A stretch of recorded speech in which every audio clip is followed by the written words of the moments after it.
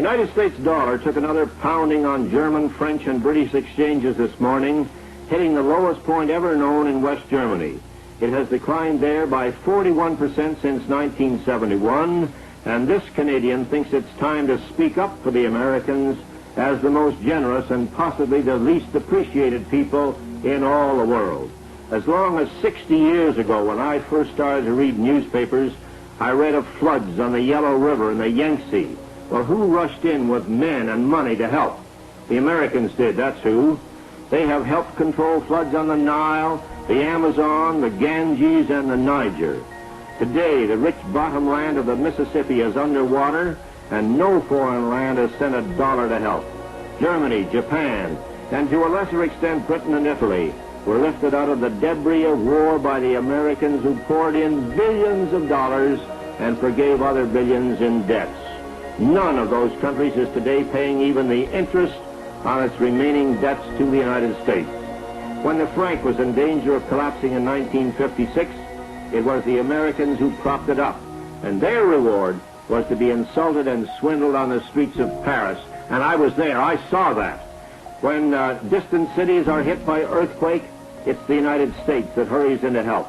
Managua, Nicaragua, is one of the most recent examples. So far this spring, 59 American communities have been flattened by tornadoes. Nobody has helped. The Marshall Plan, the Truman Policy, all pump billions upon billions of dollars into discouraged countries. And now newspapers in those countries are writing about the decadent, warmongering Americans. Now, I'd like to see just one of those countries that is gloating over the erosion of the United States dollar build its own airplanes. Come on now, you, let's hear it. Does any country in the world have a plane to equal a Boeing jumbo jet, the Lockheed TriStar, or the Douglas 10? If so, why don't they fly them? Why do all international lines except Russia fly American planes? Why does no other land on Earth even consider putting a man or a woman on the moon? You talk about Japanese technocracy and you get radios. You talk about German technocracy and you get automobiles. You talk about American technocracy and you find men on the moon, not once but several times, and safely home again. You talk about scandals and the Americans put theirs right in the store window for everybody to look at. Even the draft dodgers are not pursued and hounded. They're right here on our streets in Toronto. Most of them, unless they're breaking Canadian laws, are getting American dollars from Ma and Pa at home to spend up here.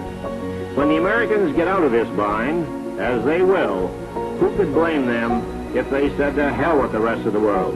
Let somebody else buy the bonds. Let somebody else build or repair foreign dams or design foreign buildings that won't shake apart in earthquakes.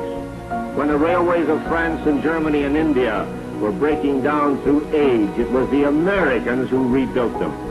When the Pennsylvania Railroad and the New York Central went broke, nobody loaned them an old caboose. Both of them are still broke. I can name to you 5,000 times when the Americans raced to the help of other people in trouble. Can you name to me even one time when someone else raced to the Americans in trouble? I don't think there was outside help even during the San Francisco earthquake. Our neighbors have faced it alone, and I'm one Canadian who is damn tired of hearing them kicked around. They'll come out of this thing with their flag high, and when they do, they're entitled to thumb their noses at the lands that are gloating over their present troubles. I hope Canada is not one of these. But there are many smug, self-righteous Canadians. And finally, the American Red Cross was told at its 48th annual meeting in New Orleans this morning that it was broke. This year's disasters, with the year less than half over, has taken it all, and nobody, but nobody, has helped.